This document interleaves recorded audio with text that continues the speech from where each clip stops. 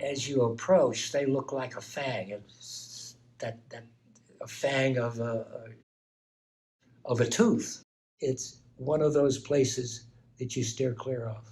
In all my sailing career, the roughest water that I have encountered is at the Farallons. It's not for humans.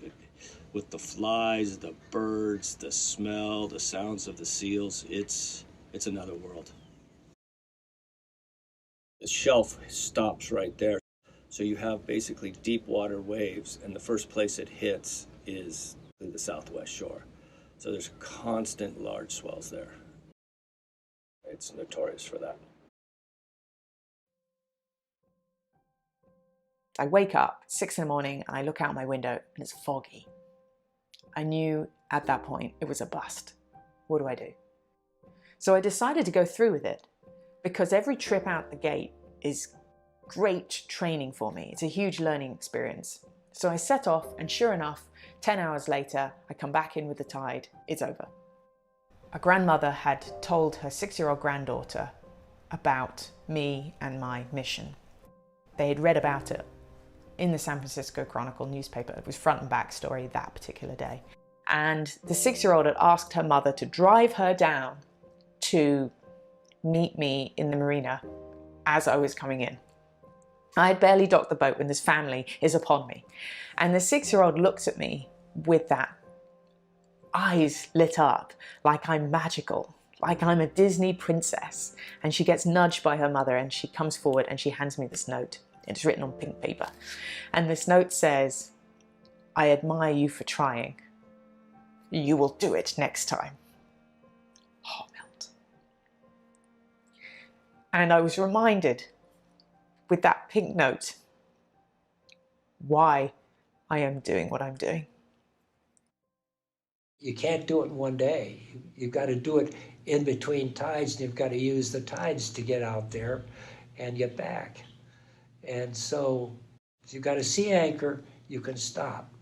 And you can stop and have very light, a small drift when you're trying to sleep. But you can't stay asleep very long out there. It's a very powerful piece of water that's not easy to navigate. There's not that many people who want to spend 5 days on a rowboat. It's a feat.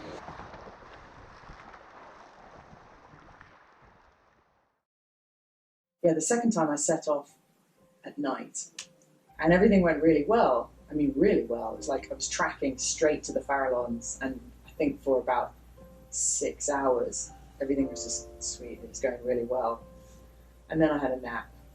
And because I was with the tide and I was drifting in a favourable direction at that moment, I didn't deploy the sea anchor.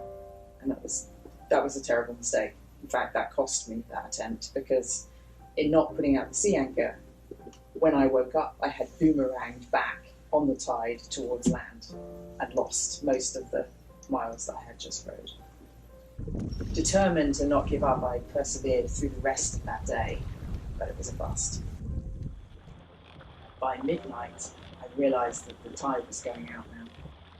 And I was desperately tired and facing another night at sea in the shipping lanes. I called the Coast Guard and they offered to come and get me. In the early years, the eggs out there were harvested by people to feed the gold miners as they were coming in. And that's how it became famous. And they didn't think about making it a sanctuary for many, many years after that. Predators have become the sharks. There's no humans, it's not polluted, and it's a very quiet place. Shark season is basically, they start arriving in August and they leave in December. We've been going out there trying to chase sharks to see them for many, many years, and we've, never have.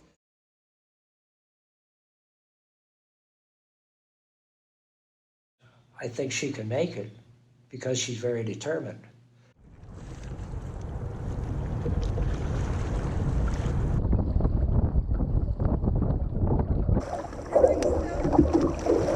So I'm trying to set a record rowing around the Farallon. No one's ever been out this far since... rowboat anyway. Yeah, good luck.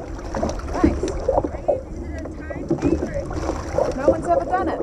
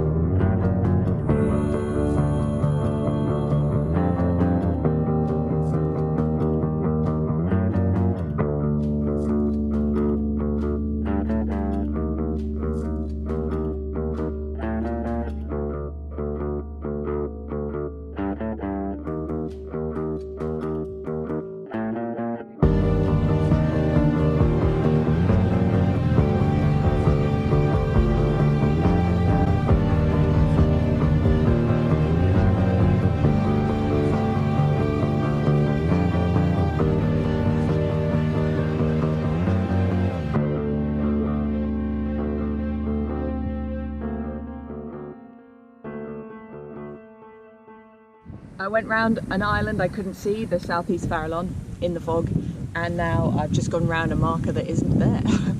Such is this record, the Farallon record.